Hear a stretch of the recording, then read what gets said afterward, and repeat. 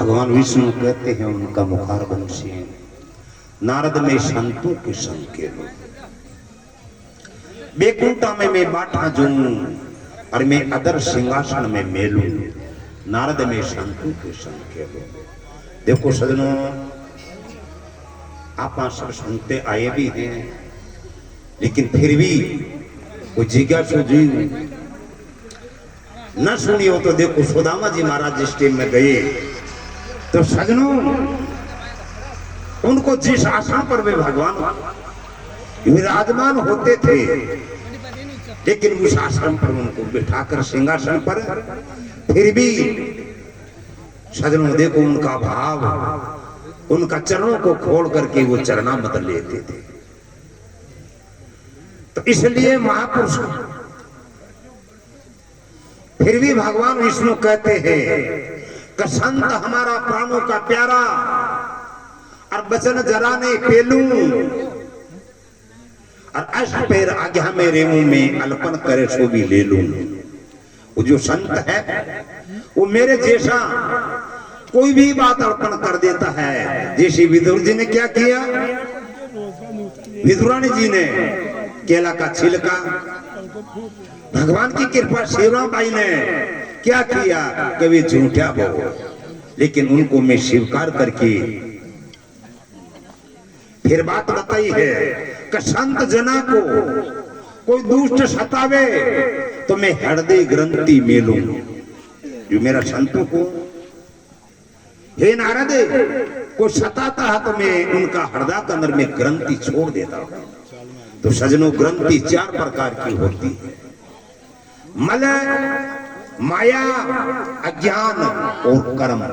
ये चारों की गांठ एक होना ही इसको ग्रंथि बोलते हैं, और हमारे कबीर सिद्धांत के अंदर इसको चिजड़ बोलते हैं। फिर बात बताई है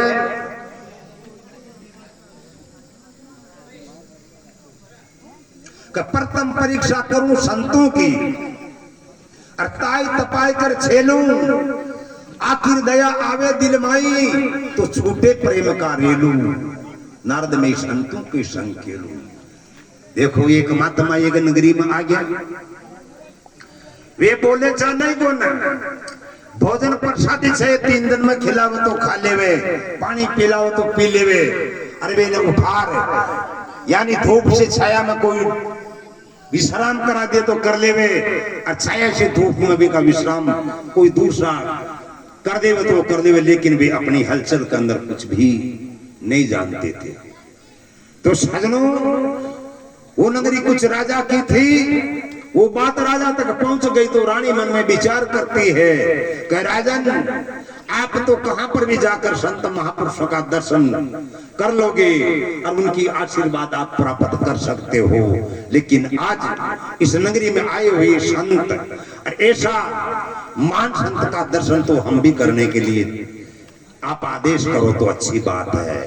दरबार कहते जाओ आप, और उन संतों की आशीर्वाद, उन संतों का चरणों को अपने तन पर डालने से अपना तन पवित्र हो जाता है। तो सजनों वो आ गई रानी साहब, और वो संत बैठे थे ऐसे, कभी लौट जाते कभी बैठा हो जाते, तो वह जाकर नमस्कार करे और वह मौन होकर के ध्यान लगा रानी साहब बैठ गई। लेकिन वो संत को कुछ मालूम था ये आने वाली कौन है, कि राजा की रानी है। तो वो इधर उधर गुड़िंदा खातो ही रानी की गोद मार बैठ गई। रानी देखी सब बात अच्छी बात है, तो रानी उनके लिए कोई भोजन प्रसादी लाई थी, उनको खिलाने के लिए उनकी इच्छा हुई तो उनको वो भोजन खिला रही थी। लेकिन वो संत क्या किया कि वहीं बाथरूम, रानी साहब मन में विचार किया ये संत तो इन बातों से परे है, ऐसी बात नहीं है, इनका देह का अध्यास इसका छूटा हुआ है। लेकिन फिर भी उनकी परीक्षा के लिए रानी क्या कही, उस बाथरूम से जो वह प्रसादी लेगी थी लड्डू, उनको उसमें चपो करके उसका मुख की तरफ करते वो मुख को घुमा दिया। घुमाते रानी कह रहे थारो नाश जा रहे थे, 2-4 चप्पल मार पटका डोर का फरो निकल जा जे दूर फेर, इस सांग दूर में जीवन दंड तक भी तेरे को मैं पहुंचा सकती नहीं। ऐसे संतों की परीक्षा के बिना अने सजनों ये संसार के अंदर है दरिया, ये संसार में अंश स्वरूपी संत, और इन संतों का भेष में बुगला भरे आनंद। चाले टेढ़ी चाल टपू का मोर जू, आता दी की संत लखन जा का चोर जू। अरे चोंच चरण लौचन रंग चले महाली चाल, नीर क्षीर विवरण समय पक उड़ जावे एक झाल। तो संतों संतों को देखो बात बात बताई कि वो चीरो डाल दी हो, लेकिन उसको गम नहीं था। और आज तो कोई छिनिक भेंट बने विश्राम न दे तो शायद मुश्किल टका बढ़े, और छिनिया कोई आदर न करा तो देखो आपा एडी से लेके चोटी तक क्रोध से दम बराबर हो सकते हैं हम। तो देखो संतों का कुछ लक्षण ही और है। आज अब संतों की रक्षा कौन करते हैं कि संतों के पीछे आगे आगे तो वही रक्षा करने वाला चलता है। सजनों जब केरू पांडवा के भारत रचा तब नारद को कहते रे नारद जाओ, ये कोई निर्दोषी जीव मर जाएगा।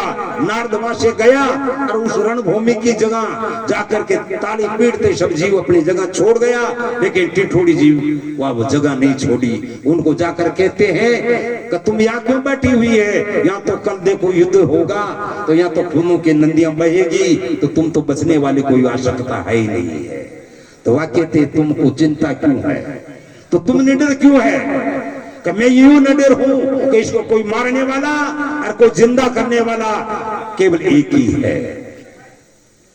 है ना, और किसी की भी आसक्ति नहीं है कि कौन जिंदा करेगा, कि वही जिंदा करेगा जिसको इसको गोल बनाया है, जिसके लकीरें मांडी है, उनको चिंता, हमारे को कोई चिंता नहीं है। तो सजनों आज विश्वास करे के बिना आज देखो हमारे को मैं अब कहीं बात बता सका, ये तो हमारा तोल ही कोई पता नहीं कैसा चल रहा है। ये संतों का तोल नहीं है, ये तो संसारी जीव भी हमारे से बहुत आगे हैं। जो ताकि आज मैं धर्म से कह रहा हूं, मेरा शरीर से महामध्यम से मध्यम ये शरीर है, वे भी आकर के यहाँ कुछ उसका पुरुषार्थ तो वो करते हैं, लेकिन आज मैं बैठ करके भगवान का कोई सुमरण की कोई पता ही नहीं जो भाई कहीं है कहीं नहीं है ना। तो लेकिन ये लक्षण हमारे जीवन में, हम तो सब लोगों से प्रार्थना करूं प्रभु आप हम जैसा जीव पर कृपा करो जो ताकि हम भी परमात्मा की प्राप्ति कर सका। दूसरे सजनों ये तो माया रूपी तोल है, संसार का आज पूरा होवे न कोई होने वाला है ना। तो इसलिए विचार करने की बात है। वही विश्वास कर बैठ गई कि इसको पालन करेगा वो, इसका श्रृंगार करेगा तो वो, हमारे को कोई चिंता नहीं है। तुम भी नारद जाओ, चिंता करने की बात नहीं है। आकर करके वो निकल गई, भगवान कृष्ण को आकर कहते ही प्रभु अब हम क्या करें। एक जीव अंडा उसको छोड़कर वह चल गई उनकी माँ। तो कुछ कहा कि बिल्कुल बात बताई है, तो वह कोई चिंता वाली बात नहीं है। जब युद्ध संग्राम शामिल हुआ तो भगवान अर्जुन कृष्ण को कहते रे कृष्ण उद्धव यानी अर्जुन तुम ये जो हाथी चल रहा है, पहली बात तो उस हाथी का टोकरा को तुम तीर मार दे। तो सजनों वो तीर लगाते ही वो तीर उसी अंडा पर आकर पड़ गया, तो पूरा भारत तीर से गया, लेकिन उनका कोई बाल बाका करने वाला नहीं है ना। अरे अजगर करे नहीं चाकरी, पक्षी करे नहीं काम, अरे दास मल्लू का यूं के सबका दाता राम है। आप विश्वास आज हो जाऊं तो हम भिखारी पना छोड़ देते हैं। बात तो बताइए, साधु भिक्षा मांगे नहीं, अरे मांगे सो भिखियारा, अरे ऊपर हाथ नीचे नहीं मांडे, अरे मांडे सो भांड गमारा। साधु भाई संतों की गुण है। अरे घना तो गाल जे मर गया जगह पता ही कौन बेचारा पाचारी है जो अडिकडी बाहर मार रही और मांगा तो पाचारी व पाती आया ही कौन दिया जी। देखो ऐसी ऐसी घटना आज में सुनते आ रही संतों की साथ इस भेष में बना करके है ना। अरे डेरी पे ना राजा क्यों तो संत को संग भी कर जाने का बिल्कुल है। तो 2-4 दिन यार संग बनार बैठ गयो तो बड़ी ना नगरी में हाई होगी, राजा तक पहुंच गई तो अपनी नगरी में कोई ऐसा संत आया है तो हम दरबार आपका आदेश हो जो देखने जावा। तो रानी बात सुनकर कहती है दरबार बात क्या हुई है कि अपनी नगरी के अंदर अपना जंगल के अंदर कोई संत है, तो मैं कल की तारीख में मैं दर्शन करने के लिए मैं तैयारी कर ली है। रानी कहती राजा साहब आप नहीं जा सकते हो, मेरे को साथ लेकर आपको चलना पड़ेगा। तो सजनों राजा बंदोबस्त कर दिया और उसे रानी को पर्दा के साथ संत तक पहुंचाने के लिए तैयार हो गया। तो चलते चलते राजा की बड़े जगती है कि हम यात्रा करने जाते हैं तो वहां से हम 2 किलोमीटर 3 किलोमीटर तो जरूर अवश्य पैदल चलना ही है। अरे लोग तो पता नहीं कहां से चलता हुआ पैदल और कहां से चलता हुआ दंडोत देते हुए भी वहां पहुंचते हैं। तो हम जूती पहने हम ईश्वर सिंहासन पर बैठे हुए जाएंगे तो ये हमारा उचित धर्म नहीं है। तो राजा नीचे उतरा। रानी कहते क्यों उतर गए? तो मैं पैदल चलूंगा। रानी कहते हम भी पैदल है। वह थोड़ी देर राजा क्यों जूती को खोल लूं तो रानी कह गई हम भी खोल दी। थोड़ी देर चलते चलते नजदीक रहा। राजा कहते रानी मेरी बड़े कुछ और हो रही है। आज पहले विवेकी था लेकिन मेरा आज वैराग जागृत हो रहा है। मैं तो आज संत की शरण में तो दंडोत देता हुआ भी जाने चाहता हूँ। तुम तेरा आपकी इच्छा जैसे आ जाओ। रानी कहते राजन हम कभी आपके पीछे नहीं रहेंगे। उन्हीं संतों की शरण में हम भी दंडोत देकर ही चलेंगे। तो सजनों नौकर अपना साधन लेकर खड़ा है। राजा वो रानी दंडो देता संत की शरण में जाकर नमस्कार करा। नौकर को कहते हैं कि मोती का थाल भरा हुआ आज यही खाली कर दो। जो इस संत का कहां पर भी जाकर कोई भी विश्राम आश्रम कोई बनाएगा जो बना लेगा और जहां पर पुण्य दान करना होगा वहां कर लेगा। तो खाली कर दिया लेकिन संत आंख खोल कर उसको देखा नहीं। खूब याचना करी महाराज हम अंत्यकरण भाव से आपके अल्पन है आप ले लो। लेकिन वो कुछ आंख खोल कर उस धन को स्वीकार नहीं किया। तो राजा और वो नौकर उस धन को लेकर घर आ गया। और वो घर आते हैं दूसरे दिन वो तो पाचो सांग न बदल बेबी पियो। अरे पाचो राजा का दरबार में आ गयो कलियो मारी दुगानी दे दियो। राजा के कसी दियो आज तो 5 दिन नहीं यार तुम खेल कर रही है। और अतरो भिखारी हो चुके हो तुम आज फिर 5 ही दिन में पाछो आ गयो कि नाराज वो तो आप पहले में कई रंग दिखाया ना आपने रामलीला का जी को है। पर काल जो मैं सांग दिखाई ना संत को जी के लिए मैं मेरी इनाम लेने आया हूं। राजा कहते तू हो कि मैं हो। वह चुप रहे। कोई देखेगा तो देखो। उन राजा का कह नहीं सका। उनको दंडोत देता राजा रानी की अरे हमारी इज्जत बिगड़ जाए। लेकिन दुखियारा अरे कर्म ठोक। अरे तू भी धन न जो स्वीकार कर गांव छोड़ जातो तो अतरो राज बनाओ जिसे मेल बना ले तो रहे थारा जिसो कर्म फोटो कोई संसार में है कि। लेकिन वो भी सांग बेरी फिर भरेड़ो कि दरबार ये तो मैं काम तो कर लेता लेकिन वो सांग भरे वो मेरा ये लाज जाता इनका दागा लग जाता। अब आप चाहे दो चाहे मत दो लेकिन उस टाइम मत चाहे किसी भी हालत हो जावे। लेकिन मैं इस सांग के अंदर तो मैं आपका भिखारी में 3 काल में भी नहीं हो सकूं। सदनों में भी परण है कि या तो चादर को नीचे उतार कर भिखारी बन लेंगे हम। लेकिन इस चादर को सिर पर डाल करके तो मैं किसी का हाथ के नीचे नहीं करना ये मेरा धर्म है।